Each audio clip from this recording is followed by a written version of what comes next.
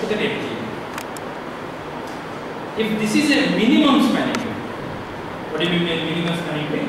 As far as the definition is concerned, if you add the weight of this, weight of this, weight of this, weight of this, and the weight of this, that turns out to be the minimum number, minimum total. I add this. What is this? Chord, right? The moment I add this chord, do you expect this chord to be addition of this chord generates fundamental circuit? You look at only these three edges in the fundamental circuit. This edge has a weight, right? This edge has a weight. This chord also has a weight. Can you think of any relationship between weight of this chord and weight of this? Weight of this chord and weight of this? Madam? This should be same as this, or maybe same as this, or it can be greater than this, or greater than this, or both. One thing is certain.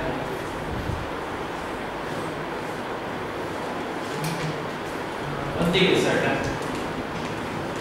The weight of this chord can never be smaller than. Weights of what?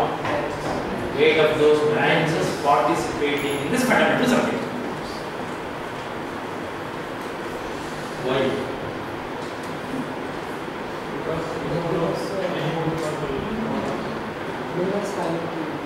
In case if this is smaller than this, if this is bigger, if this is 3, if this is 5, then you include this card, delete this, that turns out to be minimum. Then this is not minimum, right? Got it now? If this T is assumed to be minimum spanning tree, right? You add a chord, addition of chord creates a fundamental circuit, and the weight of that chord can never be smaller than weight of any branches in its fundamental circuit. However, this weight can be minimum than this. Yes or no? Because this may be a pendant edge, you have to have it in a spanning tree. What may be the, even if it is infinite weight, if it is maintained, Sri Lanka, right? Rameshwaram is like an island, but there is only one way which connects Rameshwaram to Tamil Nadu. If that bridge is infinite cost, and if you want a spanning tree across India, you got to have that bridge, right? Yes or no? So look at, when I add a chord, then the chord weight should be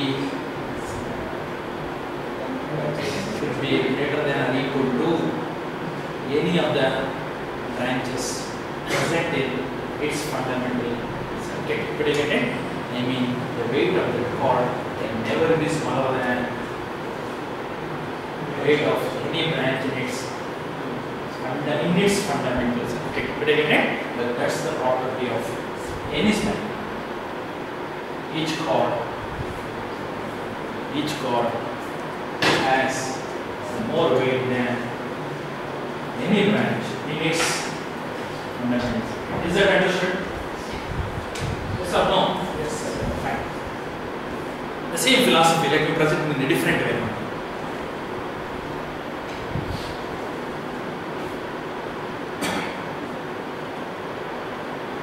Assume that we are all vertices. Okay? I partition this vertex into two. One is this set, other one is a complement set. Okay? This is U, the set U. This is the set entire B minus U. Okay? I have eliminated all branches here, all edges here, connecting these people and these people. I mean, vertex set has been broken down into two subsets. Right? There may be an edge connecting one vertex from here to one vertex from here. How many edges? There may be as many edges as there. Across all these edges which connect a vertex from here to here, one of them is of minimum weight, right?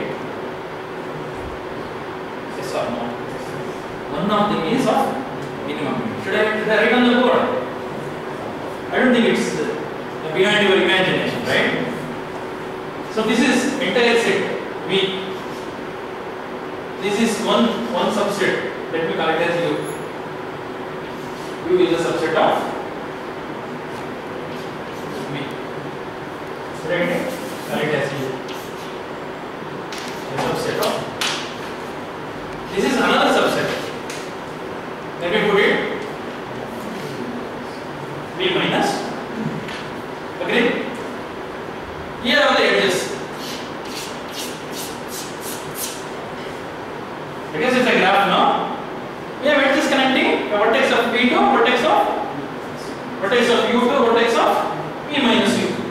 Here is a weight, here is a weight, here is a weight, here is a weight, here is a weight. One of them is minimum. This is 10, 5, 6, 7, 2, 1, 0. Which is minimum? 0. And my question is, if there is a spanning tree, which is called a minimum spanning tree, does that minimum spanning tree make this happen?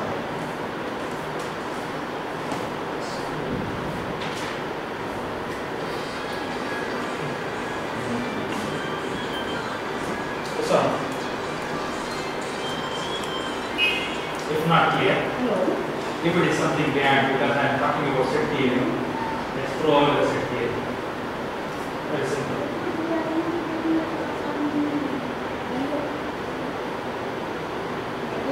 I'm looking for minimum spanning. Right? Here are the cities in North Karnataka. Here are the cities in South Karnataka. Right? All cities of Karnataka have been connected by roadways, and roadways have been constructed in such a way that road map is a trick. Road map is a trick. I mean, from Dharwad to Mysore, there is only one path. No other way. Only one path, right? I mean, the roadways is a trick. And the roads have been constructed in such a way that the effort was minimum. But again, effort was minimum. Now, I just think of Dharwad, Hubli and other cities here surrounding in North Karnataka, and Mysore, Bangalore and other cities in South Karnataka, right? And there are roads connecting these cities to these cities in general, not necessarily the spanning tree I am talking about, in general. Out of all those roads connecting any city from here to any city from here, one of the road is of minimum cost. Whether you are that minimum effort roads contain this minimum cost road or not? Yes or no? Sometimes contains. I want your thought. Just give it a thought. I am looking at a minimum spanning tree, right? What is the minimum spanning tree? Here are the vertices. Here are the vertices. I call it as a set U. I call it as set V minus U. V is entire, right? Here is a spanning tree.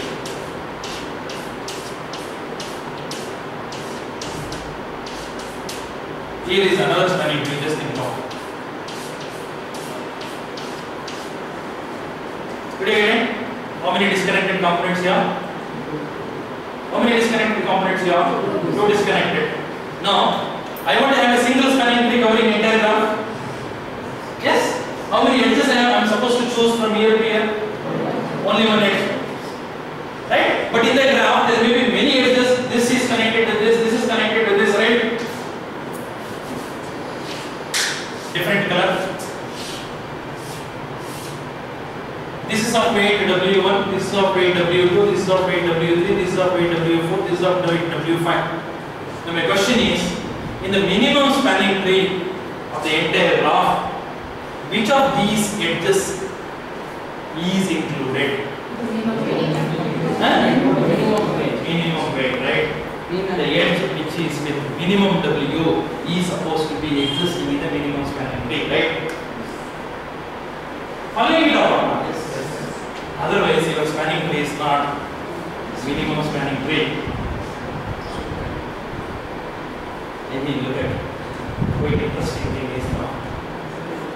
If I partition the set V into between these two partitions, there will be many edges. There will be many edges across. Out of all edges, only one edge is of minimum weight. That edge definitely participates in the minimum spanning tree. Okay or not? Suppose if that doesn't participate in the minimum spanning tree, then look at, I have a minimum spanning tree which does not include that edge. Yes or no? If I have such a minimum spanning tree which does not include this edge of minimum weight, then what do? This minimum weight edge is considered to be a corner. Is it a corner or not? Because it is not included in the minimum spanning tree. It is not included in the spanning tree. It's a chord by nature. Then what do? I add this chord. Addition of chord creates a circuit. And one of the branches in the circuit is supposed to connect this set from this set, right? Otherwise there is no circuit at all. And that branch is supposed to have either of this way or of less weight, because that is supposed to be a minimum.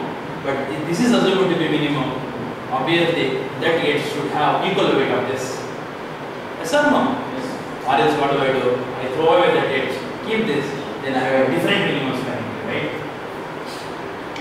That's so it contradicts because that tree with which you have started is minimum.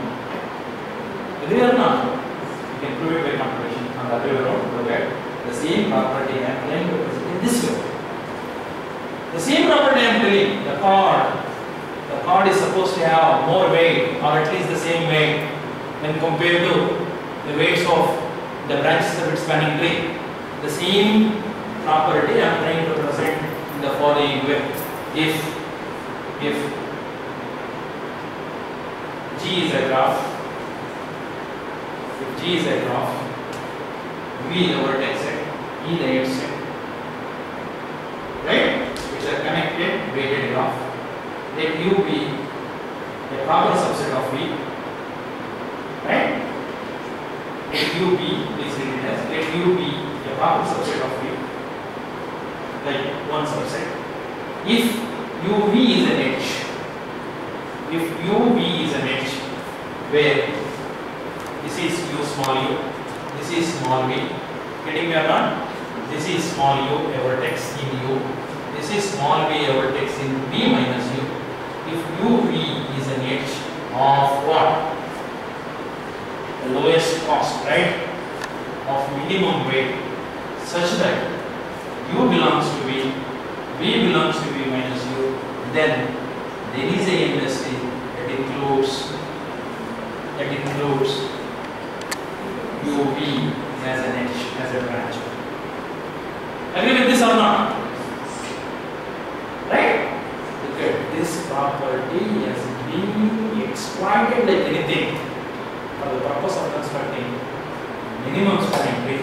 The algorithm works on this philosophy, is what is called Prim's algorithm. Prim's algorithm doesn't do anything exploiting the second way of interpreting this property. Right? Always it works with a set U, set V minus U. It looks for an edge connecting this set, a vertex in this set to a vertex in this set with minimum weight and set. Then U gets separated into U plus 1 vertex. V minus U becomes V minus U minus vertex. Again, still the same configuration. Repeat. Recursively you do it, finally you end up in minimum spanning tree. Okay or not? I mean, what do? On the other way around, very simple. I stand at Mysore. I break the set of all vertices of Karnataka into only two. One set U, Mysore alone. The other set, all cities except Mysore. Now what do I try to do is the following. I see all roads connecting Mysore to remaining, and one of those roads is of lowest cost. Then what do? I choose that road and I connect that city with, and the other end, maybe Bangalore, to U set with this edge. Now U has become Mysore and Bangalore, and remaining are all in U minus U. Again, this is U. Here are the two cities. Here are the k number of cities, right? Look for all possible roads between these two sets of cities. Choose what? A minimum lowest cost road, and there is one vertex here on the U, V minus U. Add that city to this set. U is getting updated. Go on updating U till U becomes V. The moment U becomes V, there are n number of cities, n minus number of edges. Stop doing. That turns out to be minimum spanning tree. Agree? I mean, philosophically it's so simple. I walk all along the way starting from Mysore, covering one city at a time, next city in the next time, one more city in the next time. Then if not from Bangalore, perhaps the next road may be from Mysore to Chamranagar. I go back to Mysore, covering Chamranagar, right? I walk all along. Finally I take n minus 1 steps. Stop. This is all what? The principle. Agree? Okay, this property has been fully exploited to maximum extent, and that has been, of course, designed by the great mathematician called then the algorithm was named himself. Okay? On the other hand, second property is this. Two spanning trees with probability 1. If there are two minimum spanning trees, or if there are two spanning trees satisfying property 1. What do you mean by property 1? Each chord has more weight or equal weight than any branch in its fundamental circuit. Here is a spanning tree. Here is a spanning tree. If you add any chord, the chord weight is always greater than or equal to any branch of its spanning tree, and that's true with all chords. Again, here is the spanning tree. The same property also holds here. Then those two spanning trees have same total weight. If they are of different weight, what happens? This is of total weight 10, this of total weight 11. Right? Then what do I do? Do a cyclic exchange operation. See that this gets converted to this. To see that this gets converted to this, you have to add a chord of less weight, no? Then it fails to satisfy property 1. If it is assumed to satisfy property 1, and if it is also assumed to satisfy property number 1, then these two should be of same weight. I mean, both of them are of same weight. And if this is minimum, this is also minimum. You have to bear in this mind. This is what the property being exploited in Kruskal's algorithm. Right? Look at the property 1 that I explained. Is what is basically the philosophy behind prims, and the other one that I explained is what is basically the idea of exploiting Kruskal's. You take it? So anyway, T is minimum if property 1 is met out. On the other hand, for any tree, if that property 1 is met out, then the tree is minimum. Then I can put it in general. T is MSC if and only if property 1 is right. Agree or not?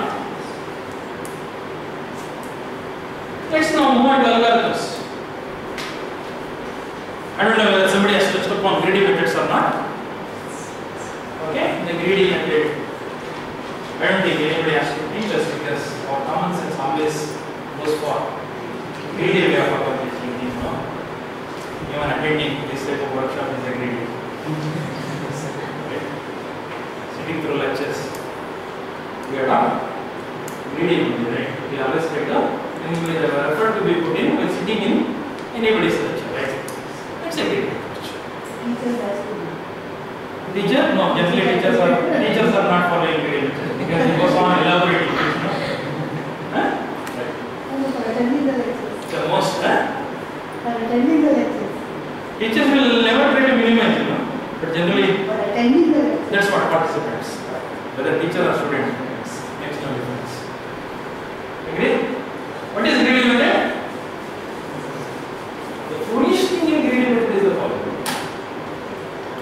Always we go for the reduction in short, expecting that the reduction in short time will accomplish reduction in longer time.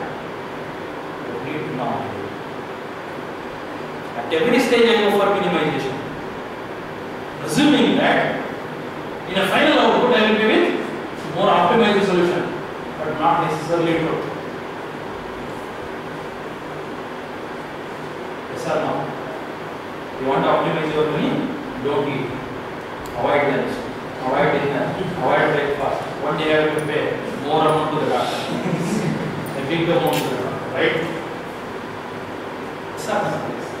But generally most of the times we have a belief that greedy will drive us to, if not optimize to most optimized solution, at least to near optimized solution. The only drawback of greedy method is that this shorter reduction at every stage need not include competition, greater reduction at longer time. Most of the times it works out, and especially in case of rims and discuss algorithms, always works out. Understood or not? There is no doubt that this greedy approach of attempting to come out with the minimum spanning tree will definitely serve your purpose of coming out with the minimum, not a possible, but the minimum spanning tree. But you get it? That's most important. So basically we speak about two algorithms, one we call it as sprints, the other one we call it as clusters. Let us try to understand the Prim's algorithm. What does Prim's work? I already told you. How does Prim's work? If you have vertices, n number of vertices, then I start with this madam, and then I look at her connectivity to each one of you. Each edge that she may not be connected to this deck. No connectivity, where it is infinity, no edge is existing. She is connected to you, she is connected to her, she is connected to you, she is connected to her. Only 5 other ways have been connected to this little lady, right? Now out of 5, I select a minimum weight edge. If this happens to be a minimum weight edge, then I add Dr. Ishwar to this group. Now, instead of one vertex, now I have with 2 vertices with 1 edge. Yes or no? Initially, the set U consists of this vertex alone. Now, the set U has been upgraded to set with 2 vertices. Now, she and Dr. Ishwar is connected to some of you, and she is still connected to other 4. Right? 4, Ishwar is connected to 7 others. Then how many edges existing between set U and its complement? 4 plus 7, right? Out of this 11, one is of minimum weight. I select that vertex and make this U now with 3 vertices, 2 edges. Hope you understand now? I mean, at every stage, what I maintain is a set U and a set B minus U, a complement of U. And I think of all possibilities connecting a vertex here and a vertex here. I choose a range of minimum weight and then add this vertex. I get this U every time updated till all of these are moved to U, and U becomes the original set B. Agree? Yes or no, please? Yes. Okay. Starts with an arbitrary vertex and allows it to grow in a greedy way. What do you mean by greedy way? Reduce your effort. Try to choose most optimist, right? Always you go for optimist. So, grow it in a greedy way. So, at any stage, what is categorized into what? The following thing. 3 vertices called vertices in U. 3 vertices. After, in the middle of the algorithm, she is in the U, myself is in U, Ishwar is in U. How many of us are in U? 3. So we 3 are called 3 vertices. Already 3 has been partially grown, right? 3 has been partially grown. So we are called 3 vertices. Now she is connected to 3 of you. I am connected to 2 of you. Ishwar is connected to 5 of you. Totally 3 plus 2 in the first scenario. Maybe a common element. But even if you think of not common element, she is connected to 3, myself is to 2, Ishwar is to 5. How many others? 10. But you are 20. Look at how many partitions are you know? 3 partitions. One is V3, the other is the other 10, 8 another is. I mean, as far as U is concerned, these are called 3 vertices. And who are visible to us? Only 10 of you are visible to us, right? And those are called fringe vertices. And the other 10 are not visible to us, and those are called unseen vertices. Because this principle maintains 3 categories of vertices at any stage of execution of Prim's algorithm. The vertex set can be categorized into 3 subsets. One is 3 vertices which are already included. The other set is which are potential candidates for further next insertion. And the other set is which are still not considered for insertion, right? Agree or not? Okay. Now, initially 3 vertices is singleton. Did I get it? 3 vertices are somewhat unseen or majority, and then move this to fringe, move fringe to 3, and so on and so forth till all unseen occupy fringe, and then move to 3 vertices. Stop. Is that followed up? Okay. Look at here. Initialize all vertices as unseen. Initially, no vertex is considered. Then select an arbitrary vertex like this, madam. Call it as yes. Start the tree. Classify it as a tree vertex. Like Mysore, I explained now. Where did I start from? Mysore. Mysore is initially now considered to be a tree vertex. And all cities which are connected to Mysore directly are called fringe vertices. And the cities which are not directly connected to Mysore, like Dharwad, Hubli, are all unseen vertices. Unseen vertices. So reclassify all vertices adjacent to that Mysore, yes, as fringe. And rest of them are all unseen already because you have initialized all vertices are unseen. While there are fringe vertices, I mean if there are connected vertices to your yes vertex, then what do you have to do? Select an edge of minimum weight between this tree vertex and a vertex T. Did I get it? This a tree vertex T and a fringe vertex V. Add that V into this tree class. Did I get it? Add that V into this tree class. Then the edge from T to V gets added. Mysore is like a T, Bangalore is like a V. That's of minimum cost road. Add Bangalore to this. Consider that Bangalore as a tree vertex now. The fringe vertex is now reclassified as tree vertex, and the road connecting this Mysore to Bangalore is added as an edge to the tree. Agree? Next step is reclassify all unseen vertices adjacent to the new Bangalore city, connected to Bangalore city as fringe vertices. Understood or not? The moment the R is added to the tree class, Belgaum so far is unseen. With respect to Hubli, Belgaum is unseen, but the Dharwad is fringe. The moment Dharwad is added to tree, the Belgaum becomes a fringe. Continue doing how long? There is a fringe vertex. If no fringe vertex, stop doing. All of them move to. That's the end of the principle. Is it okay? Yes or no? Yes. Fine. Okay. This is a weighted graph. Okay? This is a weighted graph.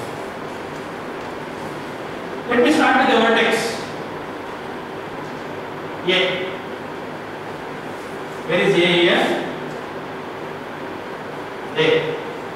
How many? What is the degree of A? 3. How many other cities are connected many other three? BG, yes, with weight 237, right? BGF with weight 237. Look at here. BGF with 237 respectively the weights. Now A is considered to be tree vertex. These three are considered to be fringe vertices. Could you get it? And rest of the vertices are unseen. Unseen. Could you get it? I mean, look at if I stand at A and look at the entire graph, only three are visible to me, and rest of them are not visible to me because they are not connected to me. Now I have a what? Collection of vertices or set of vertices for selection. I have to choose which one. Which one I have to choose here? Minimum. Today, choose B. Make it now. Make it now. A tree vertex. The moment B is moved to tree class, all other vertices adjacent to B would occupy which state? Fringe state, right? So next, look at these are the trees of fringe vertices. After starting vertex is selected, now it is after inclusion of B into tree class. Agree? The moment B is included, C is considered to be a fringe. Why? Look at B. Look at B. How many others are adjacent to B? A already, G and C. G is already in the fringe class, and B is adjacent to C. Look at the weight between B and G, 6. B and C, 4. Look at B and C is 4. Here is 6. But I need not look at this 6 because 4 is minimum for us. In case if I go for adding next vertex based on B, I prefer C rather than preferring. Hope you appreciate now. Okay, we need not have it. And even if you have it, don't worry. This is a set U. This is a set B minus U. Then which one is supposed to be added up? This 3. Then which will go into tree class? Pardon? G goes to tree class. The moment G is added to tree class, some more will come and occupy fringe class. Yes or no? Yes. Like this. Now, that's a tree. These are the fringes. Remaining are unseen. Which one will now move? E.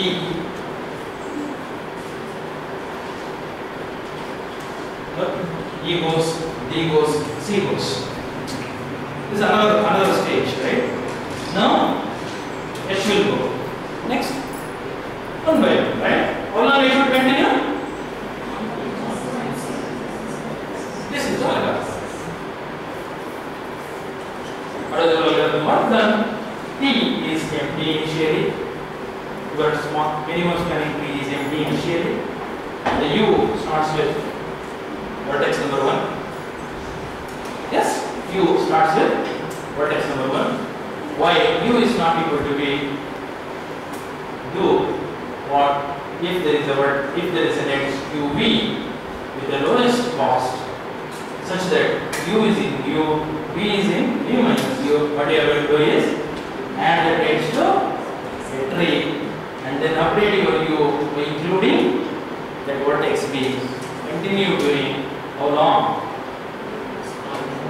All vertices are included into U. I mean gradually, eventually U becomes entirely.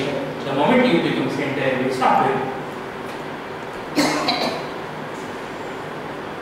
No, the problem is implementation. What is the complexity?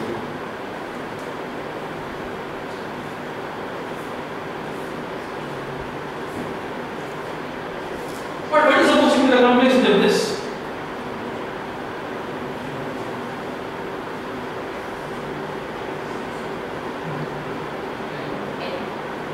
At outer side it appears to be complexity linear n, right?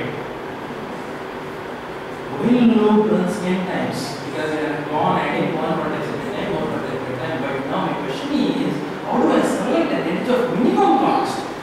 What is the cost required for selection of minimum cost edge, right? What should be the time required for selecting an edge of minimum weight? have to scan all vertices. Who is closer to me? Who is closer to me? Then you have to repeat how many times? 10 times. Did I get it? Otherwise, let me just give you much detailed algorithm. Maintain these three data structures. I have a fundamental question. What decides the complexity of an algorithm? What decides the complexity of the algorithm? Which component of an algorithm makes that algorithm? Pardon? No. Who decides the running time? Number of? What decides number of computations?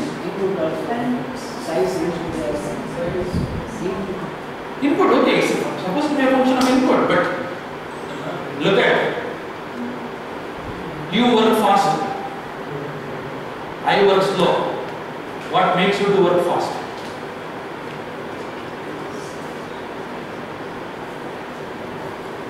Somebody will answer so quickly in the examination. 3 hours examination, he doesn't want, he will answer all questions within 1.5 hours. And somebody requires 4 hours of examination. What makes so? Efficiency. Yeah? Efficiency. Where is the efficiency?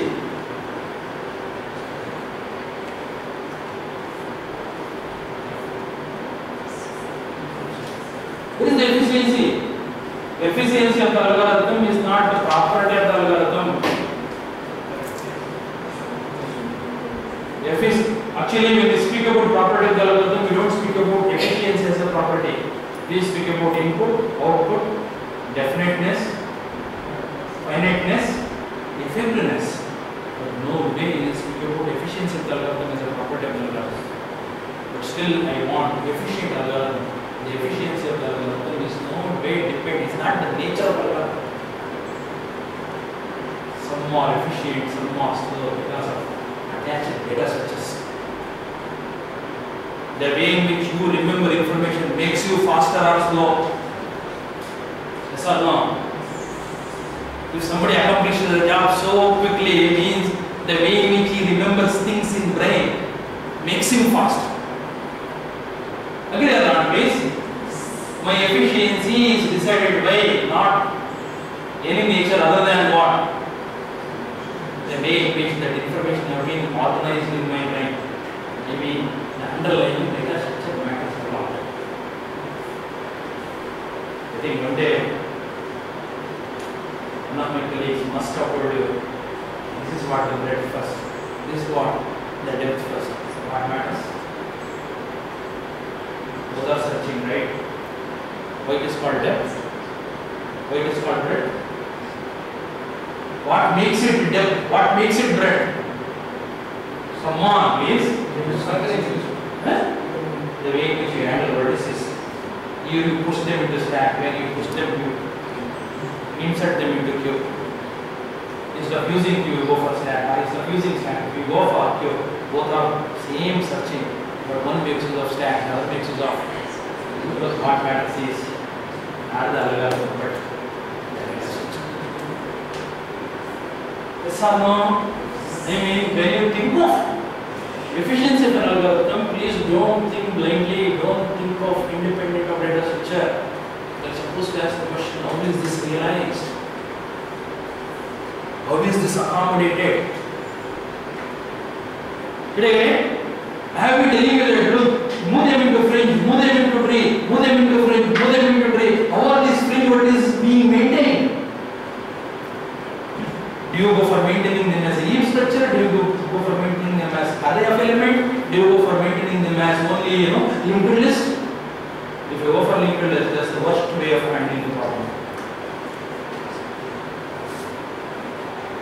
Because linked list will not permit you to have direct access, right?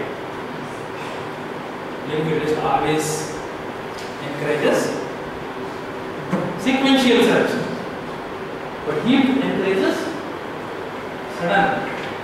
Oops, somebody must have told you heap now. Heap will help you in fetching the data element with 1 unit of time. Hashing is straightforward.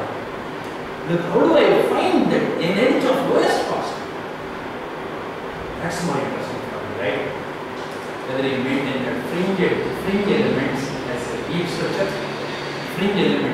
Sequence of array elements, fringe element as a linked list, fringe element as a priority queue.